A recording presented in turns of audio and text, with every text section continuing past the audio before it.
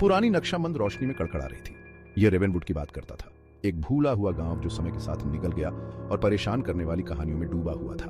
मेरे रीढ़ की हड्डी से एक सिहरन दौड़ गई। यह हमारा गर्मियों का रोमांच था। एक भूतिया शहर नहीं है? मेरा सबसे अच्छा दोस्त बेन मुस्कुराया। उसकी आंखें उत्साह से चमक रही थीं। यह ईपिक होने वाला है। महाकाव्य और डरावना, एमिली ने कहा। उसकी आवाज मुश्किल से एक कानाफूसी। उसने अपने कैमरे को पकड़ लिया, हमेशा अप्रत्याशित को पकड़ने के लिए तैयार।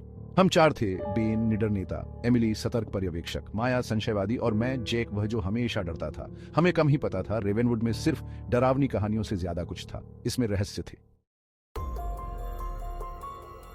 रेवेनवुड के जंग खाए हुए द्वार हमारे सामने आ गए, मानो हमें वापस मुड़ने की चेतावनी दे रहे हों। हमने घबराई हुई नजरों का आदान प्रदान किया। हवा भारी हो गई, एक भयानक सन्नाटे से घिरी हुई थी। जब हम परित्यक्त गांव में कदम रख रहे थे तो सूरज डूबने लगा था। मातम ने कोबलस्टोन पत्थों का गला घोंट दिया और घर खाली खड़े थे।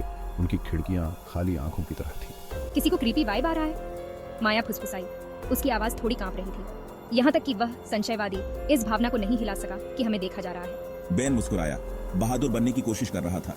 आराम करो दोस्तों, ये सिर्फ एक पुराना गांव है। लेकिन उनके शब्दों में दृढ़ता की कमी थी। हम सभी इसे महसूस करने लगे थे, रेवेनवुड की दमनकारी उपस्थिति। हम गांव में और गहराई में भटकते रहे। हर कदम भयानक सन्नाटे में गूंजता रहा। ढहती इमारतों से परछाई फैली हुई थी, जीवित चीजों की तरह मुड़ रही थी और मुड़ रही थी। क्या तुमने वो सुना? एमिली फुसफुसाई। उसकी आंखें डर से फैली हुई थी। एक नीची सी आह परित्यक्त घरों से बहती हुई लग रही थी, जिससे हमारी रीढ़ की हड्डी में सिहरन दौड़ गई। शायद सिर्फ हवा, बेन ने कहा, लेकिन उसकी आवाज तनावपूर्ण लग रही थी। हम दबाते रहे, हमारे कदम हिचकिचाते रहे, हमारे दिल हमारी छाती में धड़क रहे थे। जैसे ही शाम ढली, हवा तेज हो गई, पेड़ों से फुसफुसाते हुए जैसे शोकपूर्ण रोना। परछाई लंबी होती गई और तापमान गिर गया, जिससे मुझे ठंड लग गई। हमने एक पुराने कुएं के पास पिकनिक मनाने का फैसला किया। यह जगह हमेशा से रहस्यमयी और डरावनी कहानियों से जुड़ी रही है, लेकिन हमें लगा कि यह एक रोमांचक अनुभव होगा। यह प्राचीन लग रहा था, इसका पत्थर का किनारा कई और लाइकेन से ढका हुआ था। कुएं की गहराई में झांकने पर ऐसा लगता था जैसे यह अंधकार में खो जाता है और उसकी गहराई का कोई अंत नहीं है। जैसे ही हमने अपना कंबल बिछाया, कुएं से एक ठंडी हवा चली, जिसमें सड़ांध की हल्की गंध आ रही थी। यह हवा हमारे रोंगटे खड़े कर रही थी और हमें एहसास हो रहा था कि यह जगह वाकई में अजीब है। ठीक है, यह सिर्फ ग्रोस है, माया ने अपनी नाक सिकोड़ते हुए कहा। उसकी आवाज में हल्की सी घबराहट थी, जो उसने छुपाने की कोशिश की, लेकिन हास्य के उनके प्रयास से बढ़ती हुई भयावहता दूर नहीं हो सकी। हम सबके मन में एक अजीब सी बेचैनी थी, जैसे कुछ बुरा होने वाला हो। अचानक पूरे गांव में एक जोरदार आवाज गूंज उठी। यह आवाज इतनी तेज थी कि हमारे कानों में गूंजने लगी और हमें लगा कि यह आवाज कहीं बहुत पास से आ रही है। हम सब कूद पड़े, हमारे दिल तेज हो गए। हम एक दूसरे की ओर देखने लगे, ये सोचते हुए कि यह आवाज क्या हो सकती है। ऐसा लग रहा था कि यह गांव के किनारे पर बने पुराने चर्च की दिशा से आ रहा है। चर्च की ओर देखते हुए हमें उसकी पुरानी और खंडहर जैसी स्थिति दिखाई दी, जो और भी डरावनी लग रही थी। हम सब एक दूसरे को देखते थे, हमारे चेहरों पर खौफ लिखा हुआ था। यह जगह अब हमें और भी डरावनी लगने लगी थी और हमें समझ नहीं आ रहा था कि हमें क्या करना चाहिए। पिकनिक निश्चित रूप से खत्म हो गई थी। S1 हम सब ने अपने सामान को जल्दी जल्दी समेटना शुरू कर दिया, ये सोचते हुए कि यहाँ से जितनी जल्दी हो सके निकल जाना चाहिए। वह क्या था? ये सवाल हमारे मन में गूंज रहा था और हम सबके चेहरे पर चिंता की लकीरें साफ दिखाई दे रही थी। एमिली चीखी, उसकी आंखें घबराहट से इधर उधर भाग रही थी। उसकी आवाज में डर साफ झलक रहा था और हम सब ने उसे शांत करने की कोशिश की, लेकिन हमारे अपने दिल भी तेजी से धड़क रहे थे। हम सब ने फैसला किया कि अब और नहीं रुकना चाहिए। हम जल्दी जल्दी अपने कदम बढ़ाते हुए जंगल से बाहर निकलने लगे और पीछे मुड़कर देखने की हिम्मत किसी में नहीं थी। जंगल अब खाली था और हमारे जाने के बाद वहां सिर्फ सन्नाटा बचा था। यह अनुभव हमें हमेशा याद रहेगा और हम कभी भी उस पुराने कुएं के पास पिकनिक मनाने की हिम्मत नहीं करेंगे। एक घना कोहरा छा गया, जिससे गांव एक भयानक सफेद घूंघट में बदल गया। दृश्यता कुछ फीट तक गिर गई। हम करीब आ गए। हर गुजरते पल के साथ हमारा डर बढ़ता गया। मुझे यह पसंद नहीं है, माइक को बुदबुदाया। उसका सामान्य आत्मविश्वास हिल गया। हमें यहाँ से चले जाना होगा। जैसे ही हम कोहरे से गुजरे, हमने उसे फिर से सुना, खून जमा देने वाली चीख जो हमारे ठीक बगल से आती हुई प्रतीत हुई। हम चारों ओर घूमे, लेकिन घूमते हुए धुंध के सिवा कुछ दिखाई नहीं दिया। कुछ गड़बड़ है, सारा फुसफुसाया। उसकी आवाज कांप रही थी। यह जगह, यह ऐसी है जैसे यह जीवित हो। घूमते हुए कोहरे के माध्यम से हमने देखा कि एक व्यक्ति दूरी पर खड़ा है। यह लंबा और पतला था, जो एक लंबी बहने वाली गाउन की तरह दिख रहा था। नमस्ते, माइक को पुकारा। उसकी आवाज सन्नाटे में गूंज रही थी। फिगर ने कोई जवाब नहीं दिया। वह बस वहीं खड़ा रहा। उसकी विशेषताएं कोहरे से ढकी हुई थी। हम सावधानी से पास पहुंचे। हमारे दिल हमारी छाती में धड़क रहे थे। जैसे ही हम करीब आए, वह शख्स हमारी ओर मुड़ा और हम सब हाँफने लगे। ये एक युवती का चेहरा था, पीला और खींचा हुआ, जिसकी आंखें ठंडी दूसरी दुनिया की रोशनी से जलती हुई प्रतीत हो रही थी। वह उतनी ही जल्दी चली गई जितनी जल्दी वह प्रकट हुई थी, कोहरे में एक प्रेत की तरह गायब हो गई। हमारे मूल को झकझोर कर रख दिया। हम कोहरे से सनी सड़कों से भागे, रेवेनवुड के दुःस्वप्न से बचने के लिए बेताब। यह एक ऐसा स्थान था जहां हर कदम पर रहस्य और भय का सामना करना पड़ता था।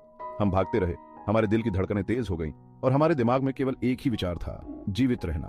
हम एक पुराने पुस्तकालय पर ठोकर मार खा गए। इसका दरवाजा खुला हुआ था। यह पुस्तकालय एक समय में ज्ञान का भंडार रहा होगा, लेकिन अब यह समय की धूल में खो गया था।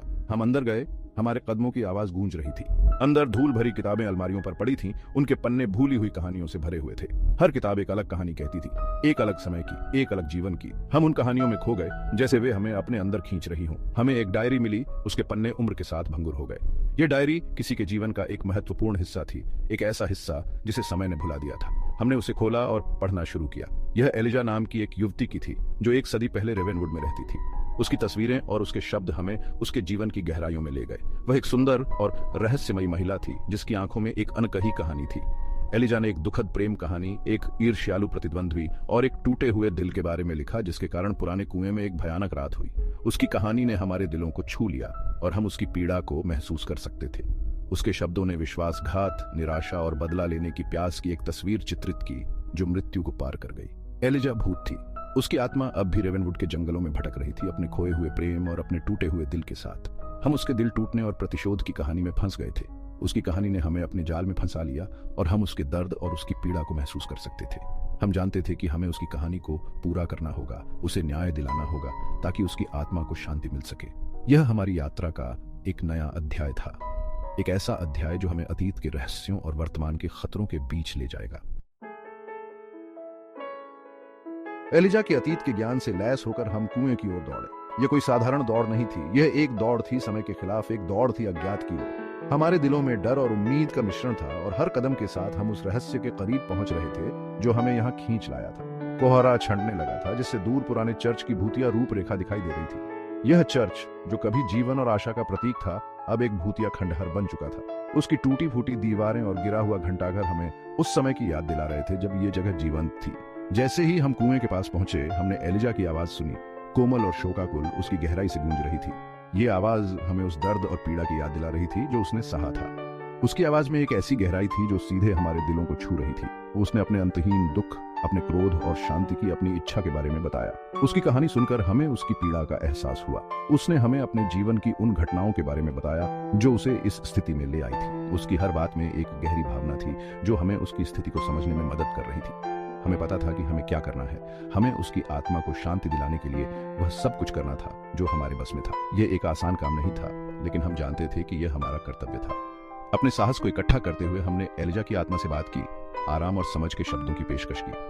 हमने उसे यह विश्वास दिलाने की कोशिश की कि वह अकेली नहीं है और हम उसकी मदद के लिए यहाँ हैं। हमारे शब्दों में सच्चाई और सहानुभूति थी जो उसे शांति दिलाने में मदद कर रही थी। हमने उसकी कहानी साझा करने का वादा किया ताकि यह सुनिश्चित हो सके कि उसे भुलाया न जाए। यह वादा हमारे लिए एक जिम्मेदारी बन गया और हम जानते थे कि हमें इसे निभाना है। उसकी कहानी को दुनिया के सामने लाना, उसकी पीड़ा को समझाना और उसे न्याय दिलाना हमारा उद्देश्य बन गया। जैसे ही भोर की पहली किरण अंधेरे से टकराई, हमने वातावरण में बदलाव महसूस किया। यह बदलाव एक नई शुरुआत का संकेत था। यह संकेत था कि हमारी कोशिशें रंग ला रही हैं और एलिजा की आत्मा को शांति मिल रही है। हवा हल्की महसूस हुई, दमनकारी उपस्थिति उठ रही थी। यह हवा हमें एक नई उम्मीद का एहसास दिला रही थी। यह एहसास था कि अब सब कुछ ठीक हो जाएगा और एलिजा की आत्मा को वह शांति मिल जाएगी जिसकी उसे तलाश थी। एलिजा की आत्मा अंत में शांति से आगे बढ़ गई थी। उसकी आत्मा को शांति मिल गई थी और वह अब एक नई यात्रा पर निकल पड़ी थी। यह यात्रा उसकी आत्मा के लिए एक नई शुरुआत थी और हमें खुशी थी कि हम उसकी इस यात्रा में उसकी मदद कर सके। थके हुए लेकिन हमेशा के लिए बदल गए, हम रेवेनवुड से बाहर निकल गए क्योंकि सूरज उग आया था। हमारे पीछे लंबी परछाई पड़ रही थी। भोर की सुनहरी रोशनी में नहाया हुआ गांव लगभग शांत लग रहा था। हमने उस रात के बारे में फिर कभी बात नहीं की, लेकिन रेवेनवुड की याद, एलिजा की दुखद कहानी हमारे दिमाग में अंकित रही। हमने सीखा कि कुछ जगहों पर रहस्य होते हैं और कुछ कहानियां खुद को दोहराने के लिए किस्मत में होती हैं। हमने रेवेनवुड को पीछे छोड़ दिया, लेकिन इसका एक हिस्सा हमारे साथ रहा, जो उन अनदेखी ताकतों की द्रुतशीतन याद दिलाता है जो हमारी दुनिया को आकार देती है।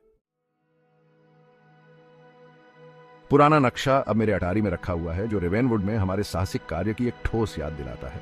कभी कभी देर रात मुझे लगता है कि मैं हवा की शोकाकुल फुसफुसाहट सुनता हूँ, जिसमें सड़ांत की हल्की गंध और एलिजा की आवाज की गूंज होती है। रेवेनवुड नक्शे पर सिर्फ एक भूतिया शहर हो सकता है, लेकिन हमारे लिए यह हमेशा एक ऐसी जगह होगी जहां जीवित और मृत के बीच का पर्दा पतला होता है, एक ऐसी जगह जहां अतीत दफन रहने से इनकार करता है।